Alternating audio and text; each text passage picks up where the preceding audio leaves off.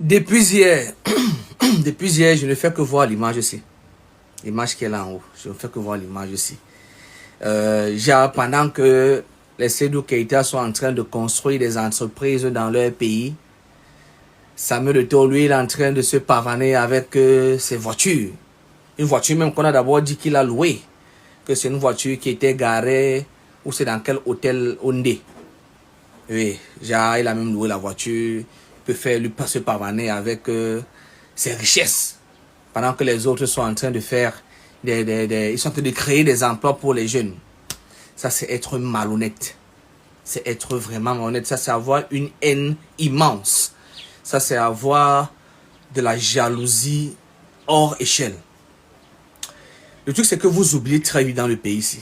Vous oubliez très très vite. Je sais que beaucoup de personnes vont encore venir se verser dans la vidéo aussi pour me montrer leur haine envers le Ngambais.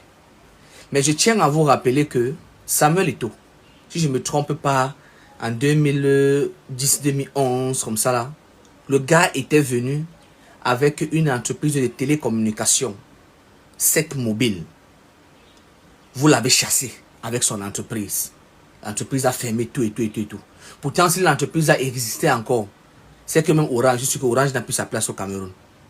En 2011, Samuel Eto'o fait un don de 480 millions de francs CFA dans son village en Ngambé pour construire l'hôpital.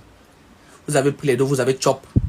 Pour ceux qui sont en Ngambé, si vous voulez aller en Ngambé, vous allez voir le chantier de l'hôpital, c'est là-bas, abandonné. Les gars ont chop, les deux sont partis. Samuel Eto'o a fait Fundesport. Fundesport qui a formé de grands joueurs aujourd'hui. À l'instar par exemple de André Onana, qui est aujourd'hui un très grand gardien.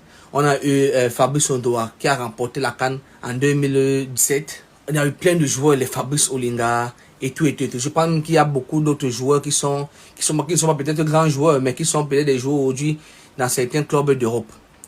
Samuel Eto'o a fait un don. Le pavillon Samuel Eto'o qui est à Douala. Un hôpital de charité. Bon, lui, il a fait le don comme ça là. Ou depuis la création de cet hôpital, l'hôpital n'est jamais tombé. Le gars continue à financer depuis des années. Et je pense que ça, c'est à hauteur des millions, des dizaines, des vingtaines, des trentaines de millions que le gars verse là-bas chaque année depuis que l'hôpital est là. Il ne fait que pomper l'argent là-bas. C'est de toi que vous venez parler aujourd'hui. Que Samuel Eto'o n'a rien fait.